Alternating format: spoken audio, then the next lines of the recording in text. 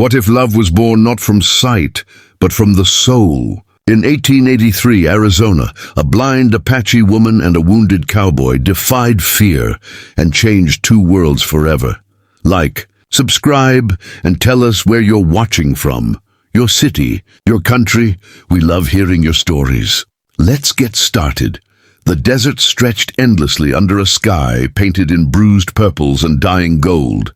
Luke Mercer's horse stumbled, its hooves dragging through the dust. The cowboy's breath came ragged. A bullet wound burned deep in his shoulder. He'd been running for 2 days, from a gang that mistook him for a thief, from a past that had nothing left to offer. The land was merciless, its silence loud enough to crush a man's spirit. He was just about ready to surrender to it when he saw the faint glimmer of water, a river slicing through the wilderness like a promise barely kept. The horse collapsed before reaching the riverbank, legs folding beneath it like old paper. Luke tried to pull himself free, but his strength faltered. The pain throbbed behind his ribs, the air sharp with dust and blood. Then footsteps, soft, measured, deliberate. A shadow moved through the moonlight. He blinked hard, trying to focus.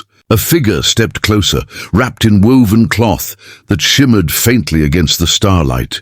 Long black hair framed her pale face, and when she turned toward him, her eyes were clouded white, unseeing but somehow knowing.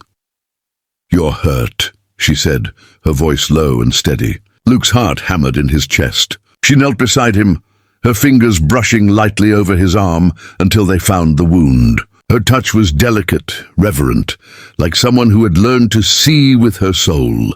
"Don't move," she murmured. From a pouch tied at her waist, she pulled a handful of herbs, crushing them with careful precision. The scent of sage filled the air. He wanted to speak, to ask her name, but exhaustion pulled him under. When he awoke, dawn was breaking. The fire crackled nearby, and the air smelled faintly of smoke and wildflowers. He was lying on a bed of furs, wrapped in a blanket softer than anything he'd felt in years. His arm was bound neatly in cloth. Sitting by the fire was the same woman, her gaze turned toward the sound of his stirring. "You're safe," she said simply. Luke sat up slowly, studying her. "Where am I?" She tilted her head slightly. "Home," she answered, though her tone held something deeper. "For now." Outside the small dwelling, the world was alive. The distant murmur of voices, the rhythmic drumming of hooves, the sound of life in motion. It dawned on Luke where he must be, Apache territory. He'd heard tales of their fierce warriors, their code of honor, their distrust of outsiders. Yet here he was, sheltered, bandaged, alive. "You shouldn't have helped me," he said quietly. "Your people," she cut him off gently. "My people know pain. I know mercy." Her words settled between them like an ancient truth. She turned her face toward the fire, the flames reflecting softly in her blind eyes. That night, he couldn't sleep. He lay awake, listening to the wind move through the canyons, to the faint hum of her voice as she whispered what sounded like a prayer. He realized she could hear everything, the fire's soft crackle, the rustle of his breath, the faint tremor in his heartbeat. She didn't need sight to know the world. She felt it. "What's your name?" he finally asked. Her lips curved slightly. "Ayana," she said. "It means eternal blossom," he smiled faintly. "I'm Luke." She nodded as if she could see his smile. "The name of light," she said. Over the next few days, Luke regained his strength. Ayana guided him through the valley, describing the shapes of the land as if painting pictures for herself. "There's a tree shaped like a dancer near the river," she told him one morning. "I can feel its shadow when the sun moves." He watched her fingers trace the air like an artist touching the invisible. "How do you know all this without seeing?" he asked. "Because I listen," she said. "The world speaks when you're quiet enough." Her words struck something inside him, a truth he'd never considered before. The more time Luke spent with her, the more he began to see what others couldn't. Her blindness wasn't a curse. It was a deeper kind of vision. She knew when rain was coming by the way the wind sighed. She could sense anger, joy, and grief as if they were colors in the air. One afternoon, as he repaired his saddle near her hut, she said softly, "You're running from something." He froze. "How do you—" Your breath changes when you remember pain, she interrupted.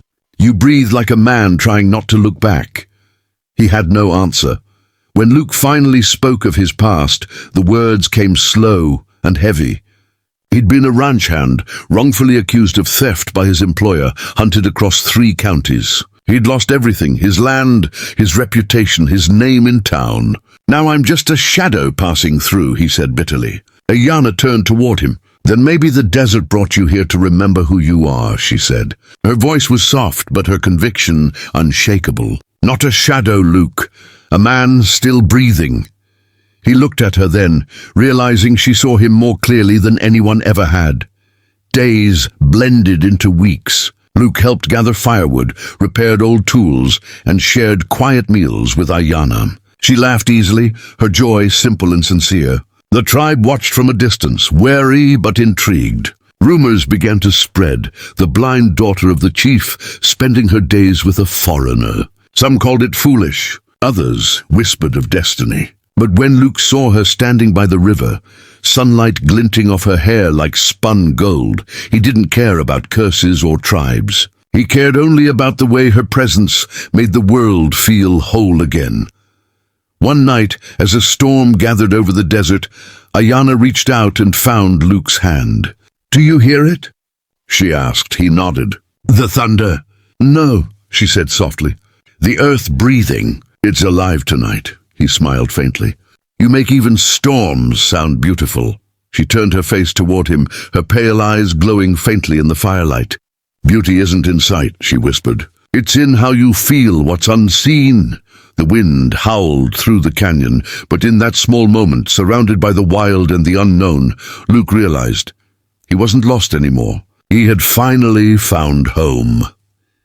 The days blended softly into one another, each sunrise painting the cliffs in amber and gold. Luke's wound had begun to heal, though he still carried the ache deep in his shoulder like a stubborn ghost. Every morning Ayana came to sit beside him by the fire, her woven shawl catching the light, her pale eyes searching the air for meaning beyond sight. She asked him questions that no one ever had, about the color of dawn, the weight of clouds before rain, the way wind felt across his face. He answered as best he could, describing the world in touch and memory.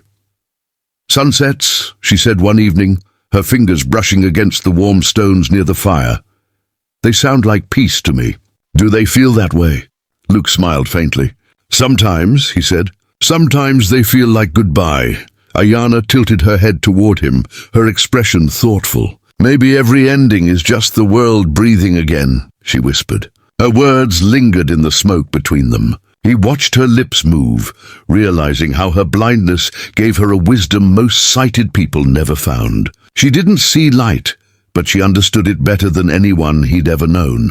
Luke began helping around the camp, mending tools, tending the horses, and hauling water from the nearby stream. The tribe kept their distance at first, eyes cautious, hands resting near weapons, but Ayana's calm presence softened them. They saw how he treated her, not as fragile or cursed, but as someone whole. She would guide him through narrow trails, listening to the ground beneath her bare feet. "The earth hums differently here," she'd say. "It tells us when rain is near."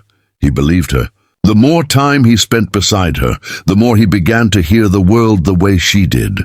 But not everyone shared her father's patience. One afternoon, while Luke was fetching wood, 2 young warriors approached him. "The blind one saved you," one sneered, "but her kindness makes her weak."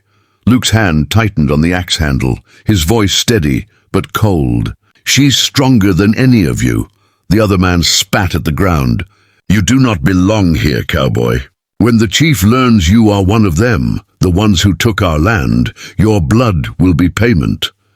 Luke didn't answer. He'd fought enough battles to know when words only stirred more fire. He turned away, heart heavy. That night the camp grew restless. Whispers carried through the wind like dry leaves, rumors that the chief had discovered Luke's identity. Ayana sat by the fire, her hands still, her face unreadable. "You knew this would happen," she said quietly when Luke came to her. He nodded. "I didn't come here to hide forever." She reached out, her fingers brushing his cheek. "Then don't hide from truth either." Her touch steadied him. "When they come, speak from your heart. My father may see only an enemy, but he listens to spirits more than men." Her words filled him with both dread and hope. By morning the summons came. Luke was brought before the tribe, his wrists bound in rope. The chief stood tall before the fire pit, his hair streaked with grey, his eyes sharp as flint. "You are a stranger who walks where you should not," he said in a low, thunderous voice. "A man of the ones who hunt us." The crowd murmured, the air thick with tension. Ayanna stood nearby, her head held high, her expression calm. Luke met the chief's gaze. "I came here by accident," he said firmly. "But I stayed because your daughter saved my life. I owe her everything." The chief's jaw tightened. "You speak of debt, yet you bring danger to my people." Luke's voice rose, filled with conviction. "I've fought men like that all my life. I'm no hunter, no thief. Just a man who lost his way." The words hung in the air. Ayanna stepped forward, her voice cutting through the murmurs. "He showed me the world I cannot see," she said clearly, her tone soft yet unyielding. "He spoke of light, of skies, of freedom. He gave me sight in ways no eyes ever could." The camp fell silent. Even the wind seemed to stop moving. Her father's expression shifted, anger fading into something deeper, older. He looked at her for a long moment before speaking again. "You defend him, even though his kind spilled our blood?" Ayanna turned her face toward the sound of his voice. "Because not all hearts carry the same darkness. If I am blind, then let my blindness show you what sight has failed to see." The chief closed his eyes, the firelight flickering across his weathered face. Finally, he spoke. "Then his fate is yours to decide." Murmurs rippled through the tribe like thunder rolling across distant hills. Ayanna stepped forward, untied Luke's hands, and whispered something so soft only he could hear. "Don't thank me. Just live." Her fingers lingered for a moment before she turned to face her father again. "He will leave at sunrise," she said, "but his name will not be cursed here." The chief nodded slowly, understanding what it cost her to say those words. Luke felt his chest tighten. He wanted to stay, to fight for the fragile peace between them, but he also knew that love, in its truest form, was not possession. It was protection, and she was protecting him. At dawn, he prepared to leave. The camp was quiet except for the song of morning birds and the whisper of wind through the canyon. Ayanna stood by the riverbank, her shawl fluttering softly. He walked to her, his boots crunching on the sand. "You could come with me," he said gently. She smiled faintly, her sightless eyes turned toward the sun. "My place is here. The desert still needs me." Luke hesitated, then took her hand, pressing it to his heart. "Then I'll carry you with me," he said. "Everywhere I go." She nodded. "Then we will never be apart." Years later, travelers spoke of a blind woman who stood by the river each evening, her face lifted to the wind, whispering the name of the cowboy who had changed her world. They said her father's tribe grew peaceful, that the valley bloomed brighter each spring. Some swore they saw a lone rider visit at dusk, always leaving before dawn. But Ayanna never confirmed the stories. She didn't need to. Her heart knew what her eyes could not, the way love could bind two souls across time and distance. And in the quiet hum of the desert, their story lived on forever.